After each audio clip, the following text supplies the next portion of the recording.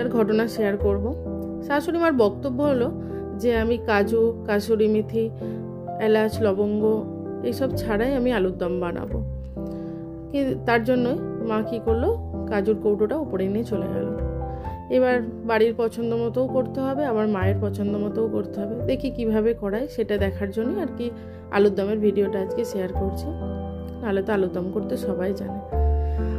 আলুটা সেদ্ধ করে প্রথমে আমি এটা নুন হলুদ দিয়ে ভেজে নিলাম খুব ভালো করে। তারপর তেল দিয়ে দিলাম জিরে, তেজপাতা, এবার কিছুটা আদা বাটা আর টমেটো বাটা দিয়ে খুব ভালো করে মশলাটা কষে নেব।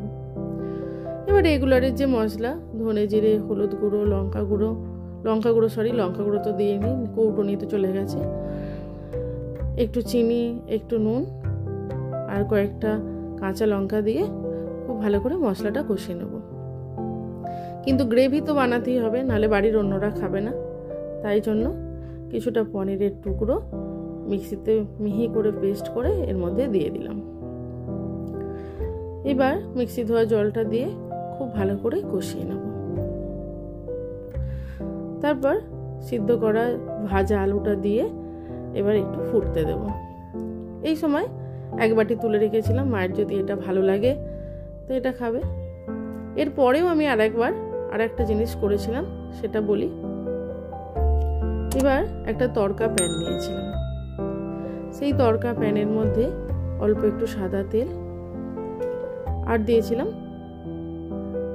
1 চামচ মতো ঘি। ঘিটা খুব ভালো করে গরম হয়ে গেলে দিয়ে দিলাম ভর্তি 1 চামচ কাশ্মীরি লঙ্কা। কাশ্মীরি লঙ্কাটা একটুখানি গরম হলেই তার মধ্যে দিয়ে দেব একটুখানি হিং আর 2 চামচ মতো বেসন।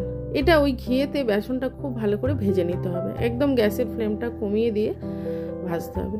এরপর এটা আলুর দমের মধ্যে দিয়ে দেব, দিয়ে খুব ভালো করে নাড়াচাড়া করে নেব, করে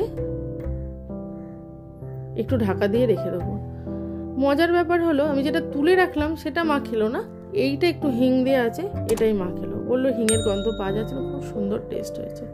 এতক্ষণ ধরে আমার ভিডিওটা দেখার জন্য অসংখ্য ধন্যবাদ।